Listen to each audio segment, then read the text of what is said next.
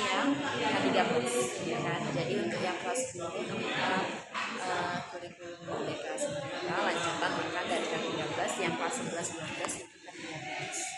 Jadi kalau K13 kan prinsipnya masih sama ya, yang kita banyak dari kognitif, akademisi, kan itu rubiknya udah ada masing-masing, tugasnya juga disesuaikan, utamanya praktek karena masuknya di kelas 12 kan. Jadi prakteknya itu kebetulan di semester ini ya kan, itu yang pertama anak-anak itu buat kayak market kota tapi dikumpul dari Instagram. Jadi mereka buat perencanaan kota sendiri untuk yang wilayah, perencanaan wilayah ya kan, itu kan bab 1 tuh perencanaan wilayah, kewilayahan. Bab 2-nya mereka buat teori struktur kota dengan kantor masing-masing. Jadi kalau yang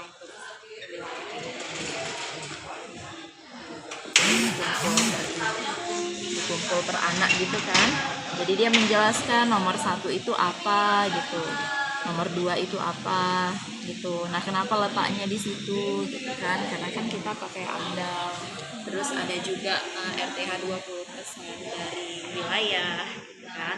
Jadi mereka harus sisipkan itu gitu di dalam gambarnya. Nah itu kalau untuk tugas prakteknya. Jadi saya juga buat praktek itu yang kira-kira anak itu bisa mengerjakan secara individu, karena kan kita butuh juga tahu keahlian mereka secara individu gitu kan. Kalau kelompok kan ya kita tahu lah anak-anak ini nanti 5 yang kerja 2 gitu kan. Jadi kalau gini kan ketahuan semua gitu, dia bisa atau enggak, ngerti atau enggak materinya gitu. Terus yang bab 2-nya itu juga masing-masing, tapi dia lebih semacam kuis. Jadi kertas lembar, waktunya ada dalam waktu 15 menit. Nah, mereka harus bisa menggambarkan 3 struktur kota itu yang konsentris, sektoral, sama inti ganda, terus dengan penjelasan. Jadi memang kenapa cuma 15 menit, biar mereka jangan sempat nanya gitu kan. Jadi kan fokus sama gambarnya sendiri. Nah itu dikumpul. Nah itulah untuk praktek. Karena kan kalau kelas 12 kita memang materi harus tetap ada, tapi kan lebih banyak bahasa sekolah. Kalau untuk kelas 10 kurikulum Merdeka, kebetulan di sekolah itu kan ada UKBM gitu kan. Nah jadi UKBM ini kayak LKS sebenarnya, tapi yang buat UKBM ini gurunya sendiri. Kalau LKS kan biasanya dari penerbit atau apa gitu. Nah ini kami semua yang nyusun tugas-tugasnya. Jadi karena dia kurikulum Merdeka, jadi UKBM ini dikasih dari awal semester ke anak. Nah dia harus punya target menyelesaikan sendiri gitu. Jadi dia bukan mengerjakan bareng sama temannya, tapi materi yang dia memang udah paham, misalnya kita bab 1 di UKBM 1 di sini. Jadi pas dia udah paham, dia langsung kerjain, dia boleh minta paraf kita gitu, tanpa harus nunggu kawannya atau bareng-bareng sama kawannya gitu kan. Karena kita ya itu tadi prinsipnya kan merdeka belajar gitu. Jadi dia yang tahu kemampuannya sampai mana. Nah jadi ini kebetulan ada kelas yang memang lebih cepat daripada kelas yang lain. Jadi mereka ini satu kelas sudah siap UKBM-nya minggu lalu. Jadi sekitar 3 minggu sebelum ujian. Nah batas terakhir UKBM itu kan dia seminggu sebelum ujian gitu. Nah, jadi disitulah mereka harus menyelesaikan UKBM ini sebagai bukti mereka ngerti. Jadi nanti di akhir ada dia refleksi di setiap bab.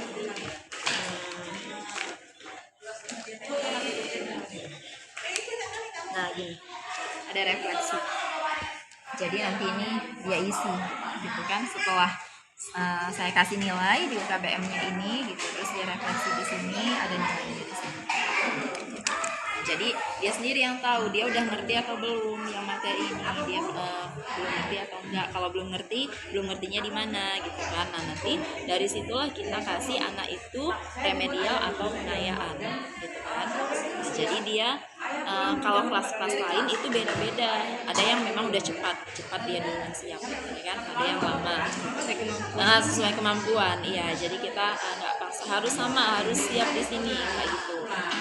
Tapi yang pasti di akhir itu harus siap. Jadi kalau misalnya ada anak-anak yang lebih cepat daripada teman-temannya yang lain, biasa kan ada tuh satu gitu kan. Nah seharusnya dia bisa masuk akselerasi.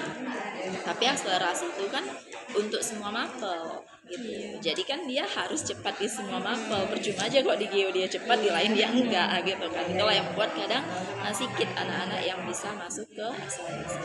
Berarti itu sisi negatifnya itu yaitu tadi dari kurikulum merdeka tadi. Iya, karena kan kita nggak bisa memaksakan kemampuan anak itu gitu kan. Mungkin dia dari 19 mapel dia suka di geografi, tapi nggak di yang lain gitu kan. Nah, sementara akselerasi itu dilihat secara keseluruhan. Jadi kalau untuk yang kurikulum yang hilang, kurikulum merdeka ini kan lagi percobaan gitu ya. Jadi menurut ibu itu efektif nggak sih cara-cara yang dibuat pemerintah dalam kurikulum merdeka ini? Sebenarnya karena mungkin termasuk ke sekolah juga ya. Kita kan karena tinggal di kota, terus anak kita terbiasa dengan teknologi, menggunakan gadget itu ya udah biasa gitu ya kan. Jadi mungkin rasa mereka untuk mengerjakan tugas itu tinggal manajemen waktu. Kalau susahnya nggak lagi karena udah bisa dicari mereka di luar guru ya kan. Jadi kalau misalnya dia kurang jelas sama guru gitu, terus mungkin waktunya udah habis, dia udah bisa cari sendiri gitu. Jadi kalau di sekolah itu mungkin di sini ya terutama mungkin masih bisa diterapkan. Tapi kan kita balik lagi, yang namanya kurikulum kan harus seluruh Indonesia gitu kan. Nah mungkin susahnya itu di pedalaman. Dulu aja K13 kita sampai sekarang ya itu masih sulit kan untuk menentukan sikap gitu. Karena kan sama guru yang ini dia seperti ini, sama guru yang ini dia seperti ini gitu kan. Nah, jadi sikap itu kita walaupun ada tolak ukurnya, misalnya dia jujur, percaya diri, toleransi gitu, tetap itu kita lihat kan pada saat sama kita gitu kan. Nah jadi itu aja pun masih sulit gitu untuk menentukan apakah anak itu benar-benar baik kelakuannya, sikapnya gitu kan, atau hanya sama kita gitu. Apalagi kurikulum merdeka kadang kan sering disalahartikan sama siswa ini jadi kayak oh ya udah suka-suka aku aja gitu belajarnya, terserah aku aja gitu kan kurikulum merdeka gitu kan, mau cepat mau lambat gitu. Padahal sebenarnya ya tetap ada standar yang ditetapkan, tetap harus ada yang dicapai sama anak itu gitu. Ya kalau dia suka-suka ya kenapa dia sekolah gitu. Dia masuk ke sekolah itu kan punya aturan. Jadi mungkin nggak semua sekolah bisa menerapkan kurikulum merdeka dengan sempurna karena tergantung karakteristik si anak juga. Jadi kalau dia merasa dia memang butuh belajar, pendidikan itu penting, kurikulum apapun dia pasti ikut, gitu kan. Tapi kalau anak-anak itu ya kekurangan motivasi gitu kan, terus mungkin faktor ekonomi, ya disitulah kita baru nanya sama anak-anak yang bermasalah di kelas itu kan pasti punya masalah. Nah itulah yang kita tanya. Berarti nggak cuma guru yang harus paham gitu dari kurikulum, tapi Siswa juga, iya benar. Kalau misalnya salah satu aja pasti nggak bakal nyambung apa yang kurikulum yang diterapkan pemerintah. Kayak mana pun pasti bakal salah aja gitu kan. Nggak sejalan kan. Nah, makanya sebenarnya harusnya disosialisasikan juga ke siswa gitu kan. Kalau kita udah ganti kurikulum Bukan cuma untuk pelatihan aja. ininya kayak gini gitu kan, apa yang harus kalian capai gitu. Jadi nggak guru aja. Kalau misalnya ngomong tentang model pembelajaran yang diterapkan di lebih menonjol mana model pembelajaran yang maksudnya K13 atau yang di Kurikulum merdeka gitu ya. ada yang beda gitu nggak? Iya pasti beda karena kan kalau dulu K13 terutama nggak ada standar KBM ini ya kan. Jadi anak-anak itu untuk model itu bisa lebih banyak gitu karena kita ada setiap bab tuh kita udah tahu ini pakai model ini gitu kan, ini materinya diajarkan seperti ini gitu. Nah kalau kurikulum merdeka kan tetap kita bisa tapi kan harus berfokus sama kemampuan anak itu. Kalau dia nggak bisa ngikutin, berarti kita harus ngulang lagi, gitu kan? Guru yang harus menyesuaikan dari Iya, sama siswanya. karakternya. Iya, sebenarnya K13 kan juga kayak gitu kan. Nah, secara nggak langsung sebenarnya hampir mirip. Ada juga pengayaan melalui K13, tapi secara umum anak tadi masih ada konsepnya gitu. Jadi yang materi ini. Nah, yang kelas 10 sekarang nggak bisa lagi disamain antara satu kelas dengan kelas yang lain karena karakternya udah pasti beda, ya kan? Nah, jadi kalau di kelas yang cepat kita main cepat, kalau dia yang lambat ya kita sesuaikan. Ada tambahan lagi nggak ditanyakan teknisnya?